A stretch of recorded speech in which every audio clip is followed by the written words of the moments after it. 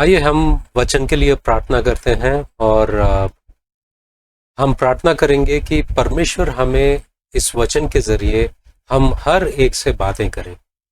प्यारे पिता परमेश्वर, इस वक्त हम तेरे पास आते हैं और उम्मीद करते हैं परमेश्वर की वचन के जरिए तू हमारे दिलों से बातें कर। और परमेश्वर, हम सब अपने आप को आपके हाथों में सौंपते हैं। हमें अगुवाई करिए। यीशु मसीह के नाम से हम प्रार्थना करते हैं, आमीन। तो मैं परमेश्वर का शुक्रगुजार हूँ क्योंकि उन्होंने दोबारा मुझे ये मौका दिया आपके सामने आकर परमेश्वर का वचन को शेयर करने के लिए। आज का जो वचन का जो टाइटल है, टाइटल मतलब मुद्दा जो है वो ये है कि इस महान, पवित्र और गंभीर, भयानक परमेश्वर के सामने कौन खड़ा हो सकता है। ये टाइटल सुनकर हम सबको डर लगता है कि नहीं। हमको अक्सर काफी लोगों ने बताया और हम खुद बहुत बार सुनते हैं कि परमेश्वर दयालु है, परमेश्वर प्यार करने वाला है, परमेश्वर अनुग्रहकारी परमेश्वर है और वो बहुत ही दयालु है और बहुत सारे बातों को हमने देखा है। मगर एक बात हमने बहुत नजरअंदाज किया है और वो ये बात है कि परमेश्वर जो है वो न्यायी है। क्योंकि वो न्यायी परमेश्वर है, वो गुनाह पर और गुनहगारों पर क्रोधित होते हैं और उनका क्रोध इतना भयानक होता है कि कुछ ऐसे वाकया को देखते हैं हम बाइबल से जिससे हमको पता चलता है कि परमेश्वर का क्रोध कैसा होता है, क्योंकि वो न्यायी परमेश्वर है। जब हम देखते हैं कि शुरुआत में जब उत्पत्ति के किताब में हम देखते हैं, उत्पत्ति के किताब जेनेसिस अध्याय 6 में 3 वचन में जब हम देखते हैं कि परमेश्वर ने सब कुछ बनाया है, परमेश्वर ने बनाने के बाद में इंसान को बनाया है, इंसान फैलने लगे धरती पर। मगर उनके जब आदम और हवा गुनाह करने के बाद में ऐसा हुआ कि इंसान बहुत गुनहगार बन गया। अध्याय 6 के 3 वचन में हम देखते हैं कि तब यहोवा ने कहा, मेरा आत्मा मनुष्य से सदा लो विवाद करता ना रहेगा। मतलब मेरी आत्मा इंसानों से हर वक्त विवाद नहीं करेगा, मतलब बर्दाश्त नहीं करेगा, क्योंकि मनुष्य भी शरीर ही है। और 7वां वचन में, अध्याय 6 के 7वां वचन में परमेश्वर ये कहते हैं कि तब यहोवा ने कहा, मैं मनुष्य को जिसकी मैंने सृष्टि की है पृथ्वी के ऊपर से मिटा दूंगा। क्या मनुष्य, क्या पशु, क्या रेंगने वाले जंतु, क्या आकाश के पक्षी, सबको मिटा दूंगा, क्योंकि मैं उनके बनाने से पछताता हूं। परमेश्वर ने सब कुछ बनाया, मगर जब इंसान गुनहगार हुआ, उनके गुनाह के वजह से परमेश्वर इतने क्रोधित हो गए और उन्होंने कहा, मेरी जो आत्मा है वो इंसान से हमेशा बहस नहीं करेगा। बहस मतलब रीजन करना और उनको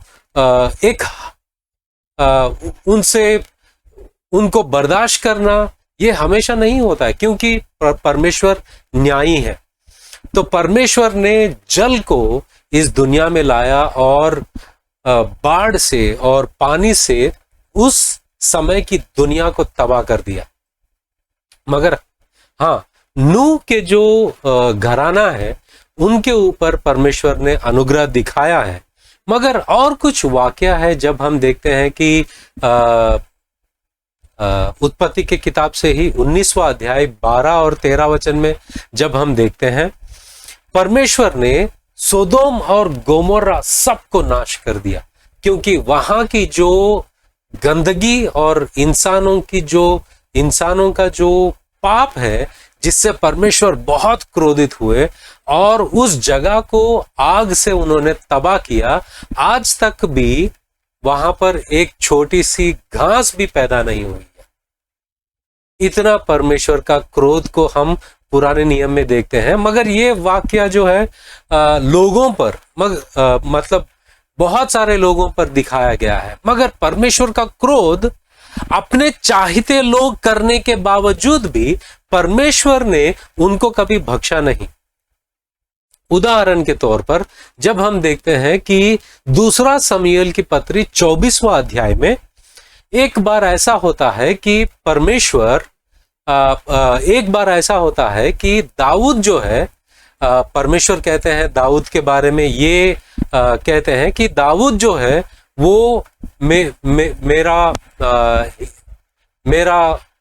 मेरे हृदय में जो होता है उसके अनुसार चलने वाले हैं। दाऊद जो है और परमेश्वर के हृदय के अनुसार चलने वाले और परमेश्वर के मन में जो कुछ भी है वो पूरा करते हैं। ऐसा साक्षी या ऐसा गवाही पाने के बावजूद भी परमेश्वर उनको भी कभी बख्शा नहीं। कैसे? क्योंकि जैसे कि मैंने बताया कि दूसरा शमूएल की जो किताब है और उसके 24वें अध्याय में एक वाक्य ऐसा है। वहां पर ऐसा होता है कि दाऊद अपनी सेना को गिनने की आदेश देते हैं। सेना को गिनने की आदेश देते हैं। इसमें क्या प्रॉब्लम है? सेना को कोई भी गिन सकता है। मगर इसका प्रॉब्लम यह था कि जब दाऊद ने कहा कि हमारे पास कितनी सेना है, कितने रथ है, कितने योद्धा है, उनकी गिनती करो। जब उन्होंने कहा, जब लोगों ने गिनती की है, अचानक से दाऊद को पता चला उनकी गलती क्या है। क्योंकि इस्राएल जो है या परमेश्वर की सेना जो है कभी भी अपने बलबूते पे कोई जंग जीता नहीं। हर वक्त जब उन्होंने जंग जीता था वो परमेश्वर के वसीले और परमेश्वर के जरिए उन्होंने जंग जीता। जब तुम अपनी सेना की गिनती करते हो उससे एक गर्व का महसूस हो सकता है कि मेरे पास इतना सेना है, मेरे पास इतनी ताकत है, इतना बल है मेरा, ऐसा हो सकता है। मगर जब परमेश्वर ने देखा, परमेश्वर क्रोधित हो गए, परमेश्वर को गुस्सा आया और दाऊद को भी उन्होंने नहीं छोड़ा। तो दूसरा शमूएल की पत्री 24वां अध्याय में जब हम देखते हैं 10वां वचन से कि प्रजा की गणना करने के बाद दाऊद का मन व्याकुल हुआ। अतः दाऊद ने यहोवा से कहा, यह काम जो मैंने किया वह महापाप है। तो अब हे यहोवा अपने दास का अधर्म दूर कर। यहां पर दाऊद जानता है कि उसने गिनती की अपनी सेना की और वो गलत बात है, वो पाप है। दाऊद जानता है कि ये गलत हो गया मेरे साथ। तो उन्होंने दुआ किया परमेश्वर से और कहा कि ये जो काम है अधर्म है, मैंने गलत किया है। और दाऊद आगे जाके कहते हैं, क्योंकि मुझसे बड़ी मूर्खता हुई है। 11 वचन में जब हम देखते हैं, दूसरा शमूएल 24वां अध्याय 11 वचन में जब हम देखते हैं कि सबसे सवेरे जब दाऊद उठा तब यहोवा का यह वचन गाद नामक नबी के पास, जो दाऊद का दर्शी था, पहुंचा। गाद नामक भविष्यवक्ता थे, उनके पास परमेश्वर का वचन आया।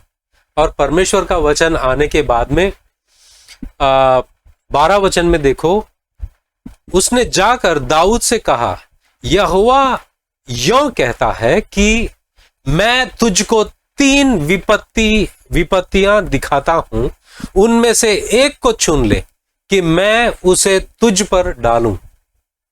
परमेश्वर इन्होंने जो गुनाह किया है उसको बख्शा नहीं, और उन्होंने कहा कि मैं 3 विपत्तियों को तुम्हारे सामने लेकर आता हूं, तुम इन तीनों में से किसी एक को चुनो। तो 13 वचन, अतः गाद ने दाऊद के पास जाकर इसका समाचार दिया और उसने पूछा, क्या तेरे देश में 7 वर्ष का अकाल पड़े या 3 महीने तक तेरे शत्रु तेरा पीछा करते रहे और तू उनसे भागता रहे। तीसरा, या तेरे देश में 3 दिन तक मारी फैली रहे, मतलब लोग मरते ही रहे 3 दिन तक। अब सोच विचार कर कि मैं अपने भेजने वाले को क्या उत्तर दूं। 14 वचन में दाऊद कहते हैं, दाऊद ने गाद से कहा, मैं बड़े संकट में हूं, हम यहोवा के हाथ में पड़े, क्योंकि उसकी दया बड़ी है, परंतु मनुष्य के हाथ में मैं ना पड़ूंगा। और उसने चुना, मैं यहोवा के हाथ में पड़ूंगा। तो 3 दिन तक लोगों की मृत्यु होती रहे और एक स्वर्गदूत लोगों को मार रहा था। यहां पर ये बातें हम क्यों देख रहे हैं? हम सिर्फ इस मुद्दे पर ध्यान दे रहे हैं कि परमेश्वर कितना भयानक है और उनका क्रोध गुनाह और गुनहगार को कभी बख्शता नहीं। ये वाक्य होने के बाद में जब हम लोग और एक वाक्य को देखते हैं, 2 शमूएल की किताब अध्याय 6 और 9वां वचन में जब हम देखते हैं,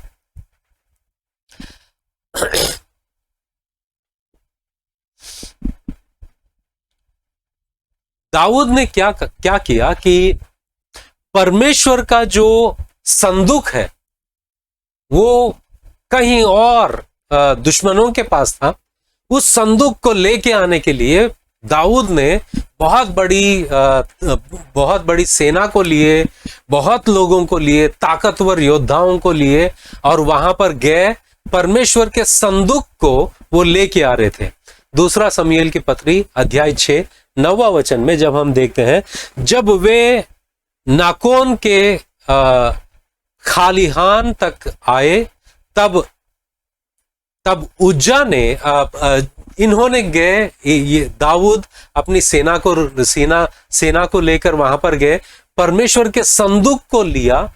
संदूक को लेके आने के लिए उज्जा ने क्या किया कि एक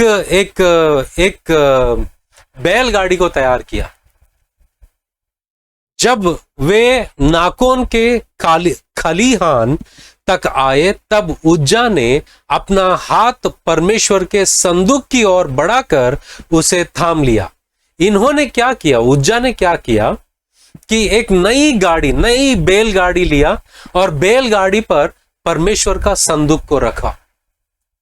हालांकि एक बात हमको जानना चाहिए कि परमेश्वर ने पुराने नियम में कहीं पर भी ये आज्ञा नहीं दिया कि परमेश्वर के संदूक को बैलगाड़ी पर रख के लेके आए, क्योंकि परमेश्वर ने ये आज्ञा दिया, परमेश्वर के संदूक को लेवी जो लोग हैं वो ढोएंगे। मगर यहां पर उन्होंने एक गलती किया कि परमेश्वर के संदूक को उन्होंने बैलगाड़ी पर रखा। वो तो एक गलती हुई, मगर उज्जा ने और एक गलती किया। वो क्या किया, जब वो गाड़ी आ रही थी, बैलगाड़ी आ रही थी, और बैल जो थे, बैल या क्या कहते हैं, वो जो नए हम लोग वचन पढ़ते हैं तो हमको पता चलेगा। जब वे नाकोन के खलिहान तक आए, तब उज्जा ने अपना हाथ परमेश्वर के संदूक की ओर बढ़ाकर उसे थाम लिया, क्योंकि बैलों ने टोकर खाई।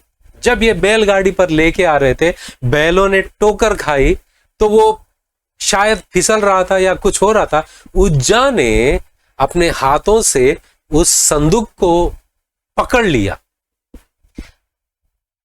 अब देखो क्या होता है। तब यहोवा का कोप उज्जा पर भड़क उठा और परमेश्वर ने उसके दोष के कारण उसको वहां ऐसा मारा कि वहां परमेश्वर के संदूक के पास मर गया।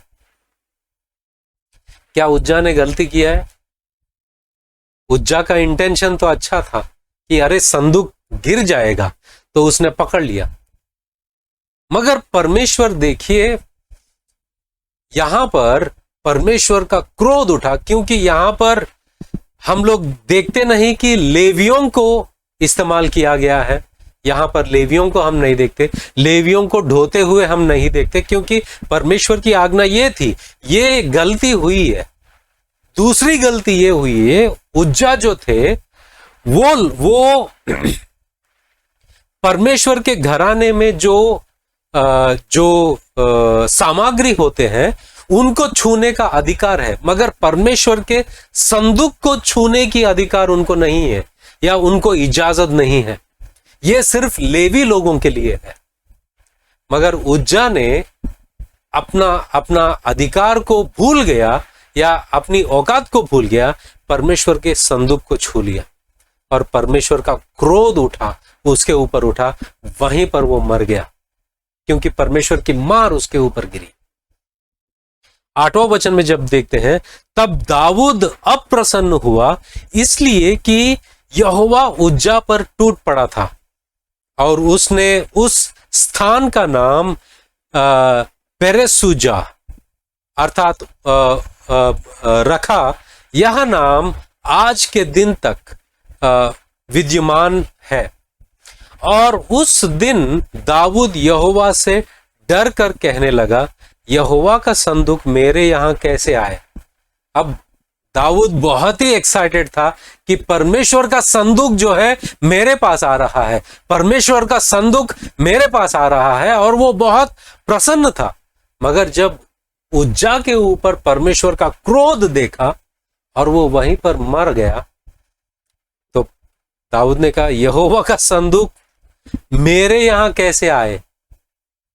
डर गया। और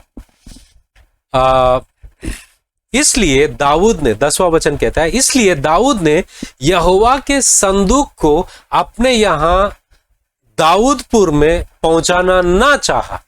वो डर गया और कहा कि नहीं, संदूक को मैं नहीं ले सकता, क्योंकि उसके अंदर डर हो गया, डर आ गया परमेश्वर का। परंतु गातवासी ओबेदेदोम के यहां पहुंचाया गया है।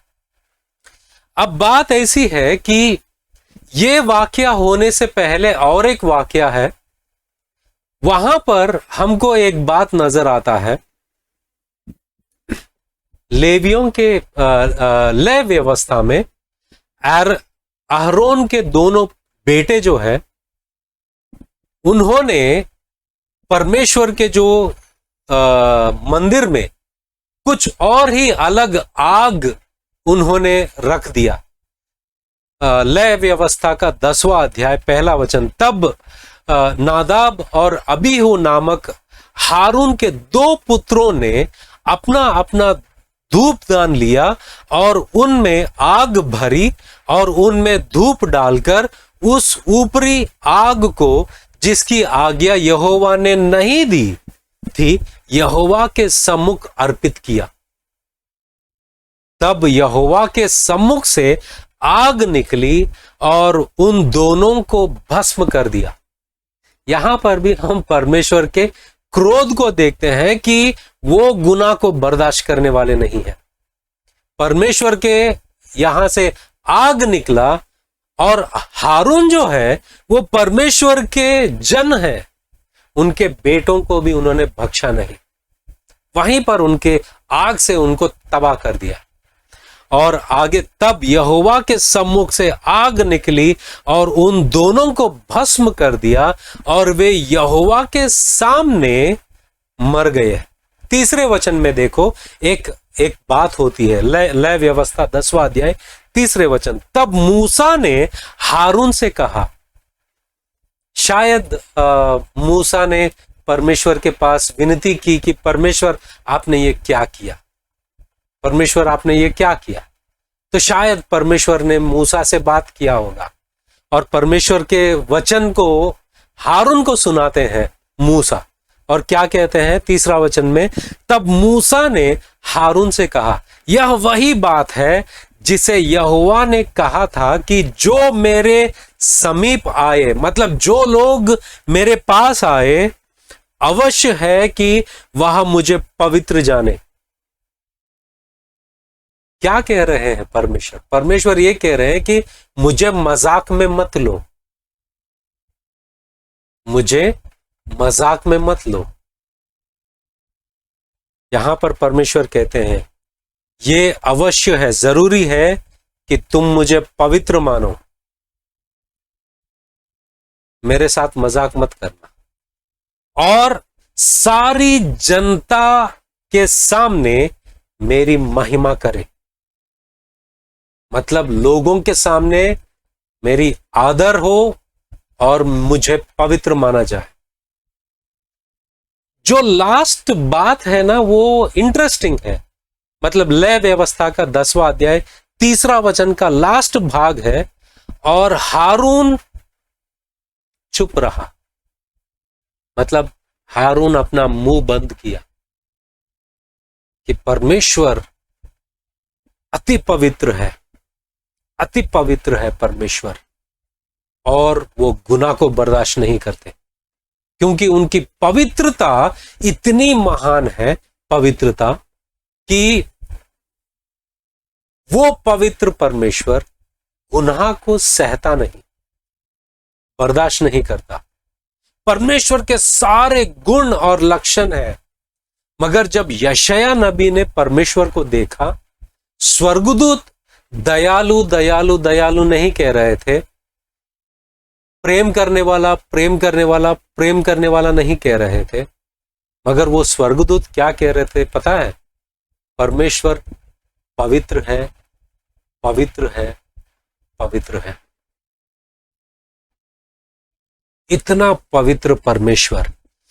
आखिरी एक वाकया मैं बताना चाहूंगा कि एक दफा ऐसा होता है, परमेश्वर ने ये संदूक लाने से पहले, परमेश्वर की संदूक दाऊद लाने से पहले, जब दुश्मनों के पास था, एक ऐसा वाकया होता है कि क्योंकि लोग ने परमेश्वर के संदूक को अपवित्र रीति से देखा, नजर डाला, उनको भस्म कर दिए। पहला शमूएल की पत्री अध्याय 6 19वां वचन में जब हम देखते हैं कि यहोवा ने बेत शेमेश के कुछ लोगों पर घातक प्रहार किया, क्योंकि उन्होंने यहोवा के संदूक को खोल उसके भीतर झांका था। अंग्रेजी बाइबल में यही बात को लिखा गया है।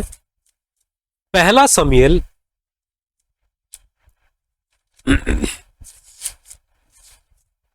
पहला शमूएल अध्याय 6 और वचन 19वां वचन में लिखा है, and he struck some of the men of Beth Shemesh because they looked upon the ark of the Lord. He struck 70 men of them, and people mourned because the Lord had struck the people with a great blow. यहां पर वचन लिखा है कि संदूक के अंदर नहीं, सिर्फ संदूक को देखा उन्होंने। और किस नजरिए से देखा कि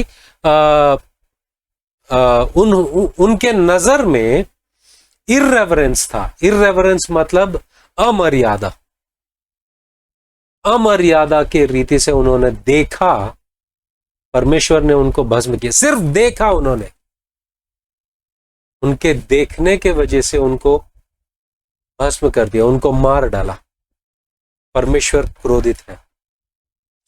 तब एक ऐसा वाक्य होता है, पहला शमूएल अध्याय 6 19वां वचन, यावे ने, मैं सरल हिंदी बाइबल से पढ़ रहा हूं, यावे ने बेतशेमेश के कुछ लोगों पर घातक प्रहार किया, क्योंकि उन्होंने यहोवा के संदूक को खोल उसके भीतर झांका था।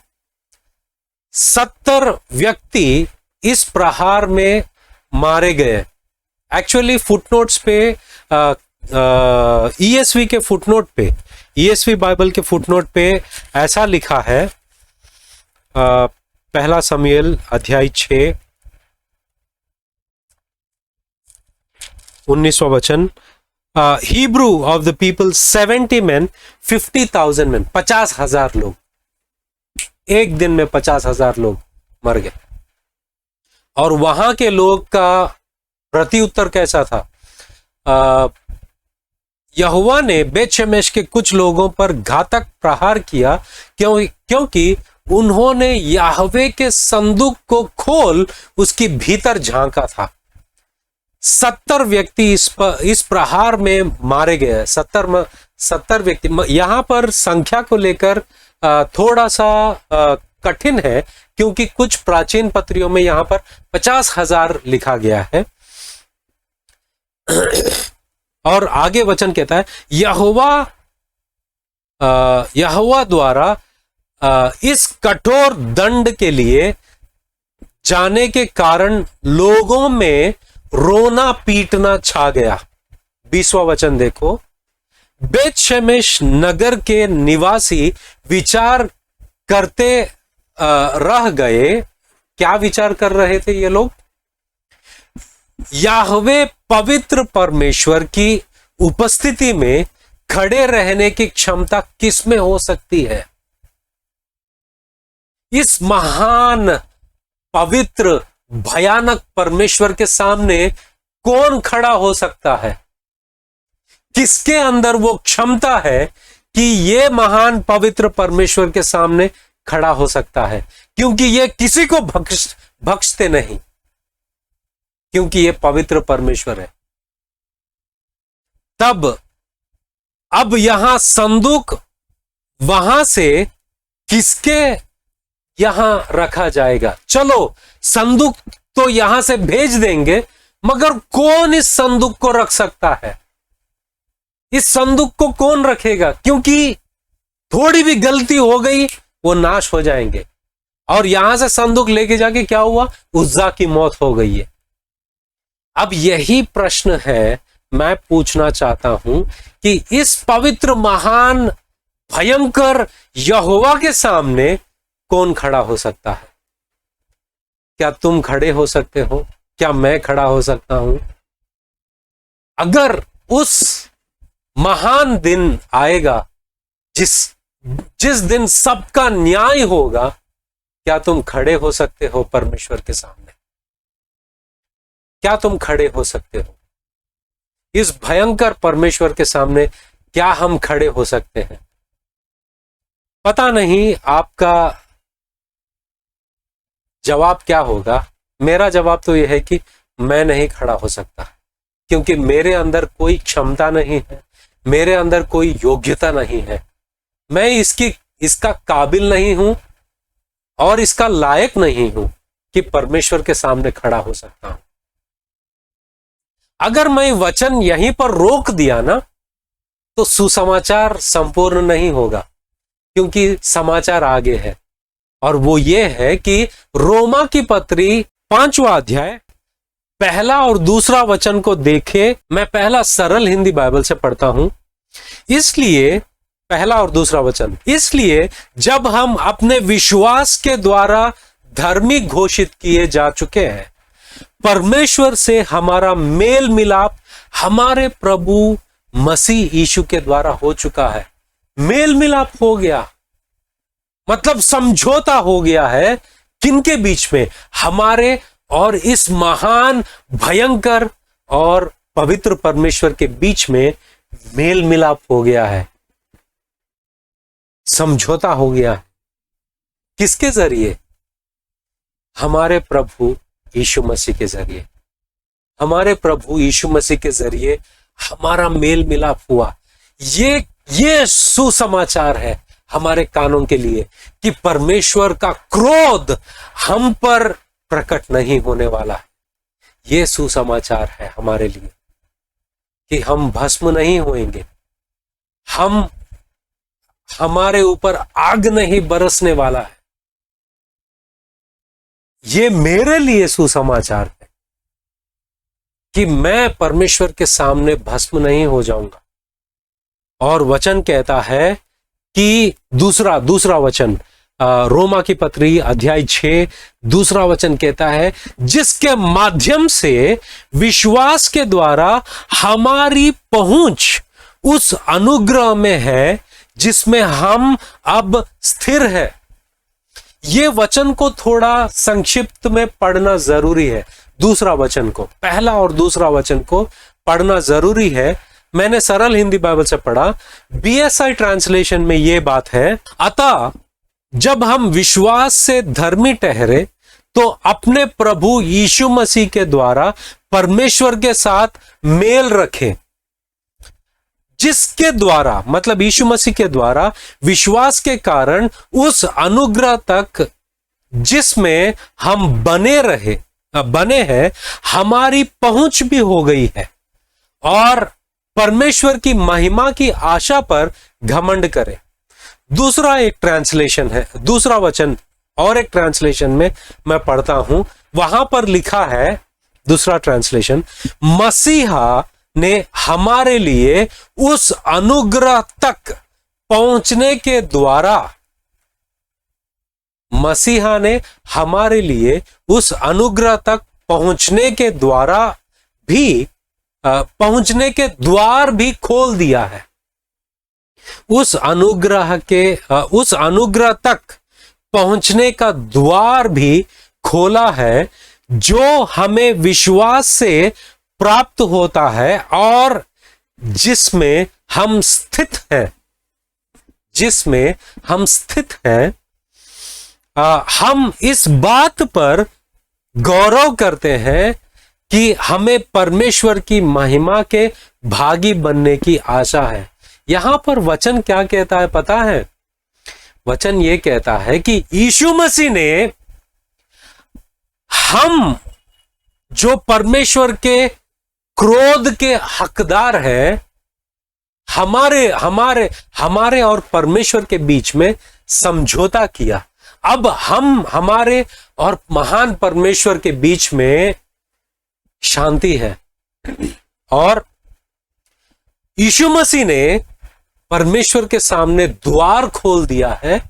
और उस अंग्रेजी बाइबल में बात बहुत अच्छा लिखा है, 5वां अध्याय 2 वचन में, through him we have also obtained access by faith into this grace in which we stand and we rejoice in hope of the glory of God. मतलब इस महान भयंकर परमेश्वर के सामने हम खड़े होते हैं, और हम खड़े होने के लायक हमें यीशु मसीह ने बनाया है, क्योंकि यीशु मसीह ने सारा क्रोध, परमेश्वर का जो सारा क्रोध जो गुनाह पर होता है, वो अपने ऊपर लिया है, और उसके वसीले, यीशु मसीह के वसीले हम इस महान और भयंकर परमेश्वर के सामने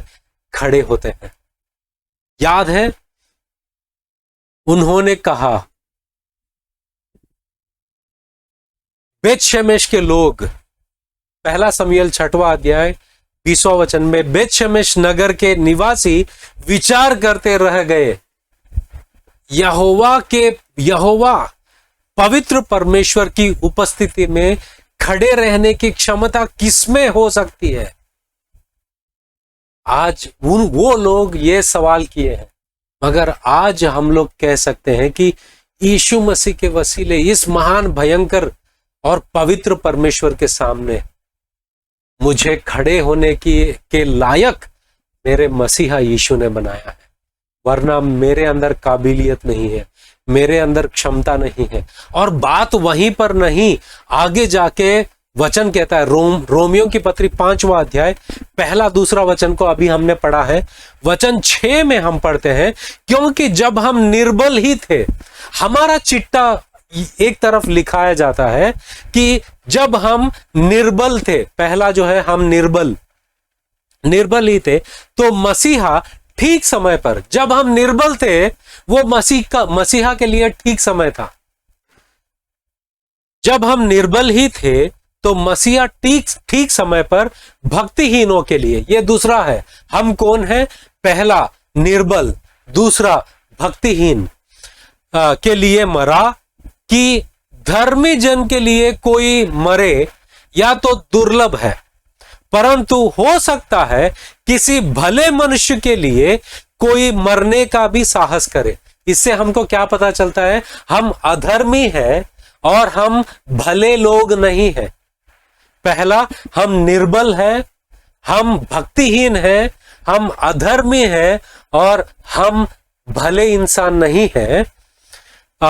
ये 4 लिस्ट है और आगे जाके कहते हैं परंतु परमेश्वर हम पर अपने प्रेम की भलाई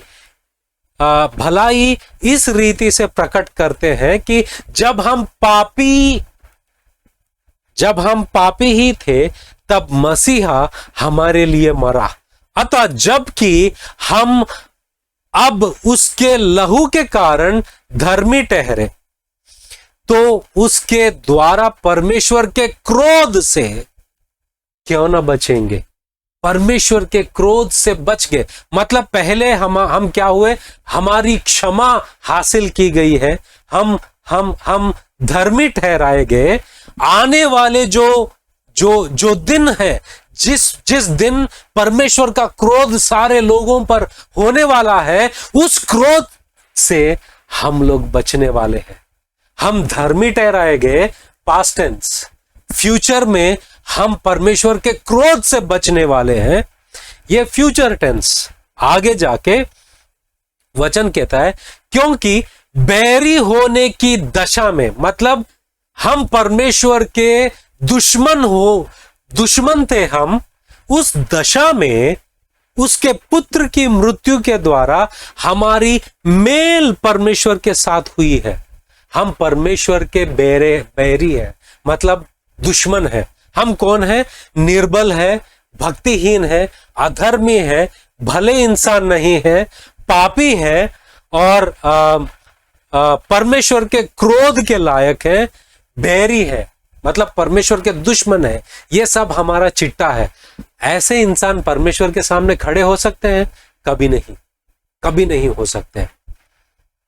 मगर यीशु मसीह के द्वारा हम धर्मी ठहराए गए, पास्ट टेंस। आने वाले क्रोध से हम बचने वाले हैं। पर अभी प्रेजेंट टेंस जो है वो ये है कि परमेश्वर, प्रेजेंट टेंस को हिंदी में क्या कहते हैं मुझे पता नहीं, माफ कर दीजिए। प्रेजेंट टेंस, वर्तमान दशा ये है कि हमारे और महान भयंकर परमेश्वर के बीच में हमारा मेल हुआ है, शांति है हमारे बीच में। और आगे तो फिर मेल हो जाने पर उसके जीवन के कारण हम उद्धार क्यों ना पाएंगे। केवल यही नहीं परंतु हम अपने प्रभु यीशु मसीह के द्वारा, जिसके द्वारा हमारा मेल हुआ है, परमेश्वर में आनंदित होते हैं। ये सबसे बड़ी बात है। ये सबसे बड़ी ये बात है कि हम परमेश्वर के सामने परमेश्वर के सामने भस्म नहीं होएंगे, मगर परमेश्वर में हम आनंदित रहेंगे। देखिए हमारी दशा कैसी बदल गई है। खौफ उठने वाले लोग हम थे, मगर उसी महान पवित्र परमेश्वर के सामने और परमेश्वर में हम आनंदित हो रहे हैं। एक बार याद करो कि आपने कुछ ऐसा गलत काम किया है और आपके पापा घर पे तुम्हारा इंतजार कर रहे हैं एक छड़ी लेकर, और तुम घर चलते चलते तुम्हारे पैर कांपने लगे। जब तुम घर पहुंचे और पापा ने तुमको गले लगाया और कहा कि मैं तुमसे नाराज नहीं हूं, और तुम बाजू देखते हो, तुम्हारा भाई है, उसके जिस्म पर सब छड़ी के मार के निशान है। यही हमारे साथ हुआ है। यीशु मसीह ने हमारा सारा क्रोध लिया ताकि इस महान भयंकर परमेश्वर के सामने हम खड़े रहे और आनंदित रहे। ये महान परमेश्वर है हमारा, ये हमारे साथ हुआ है। हम धर्मी ठहराए गए, आने वाले क्रोध से बच गए और हम परमेश्वर के उपस्थिति में खड़े रहे और आनंदित रहे। आमीन। चलो प्रार्थना करते हैं। पिता परमेश्वर, ये जो सौभाग्य आपने हमारे जिंदगी में दिया है, इसका हम लाख लाख शुक्र अदा करते हैं, क्योंकि तू महान है परमेश्वर, तू अच्छा है। इस सारी बरकतों के लिए परमेश्वर हम तुझे धन्यवाद देते हैं। यीशु मसीह के नाम से हम प्रार्थना करते हैं। आमीन, आमीन। God bless you.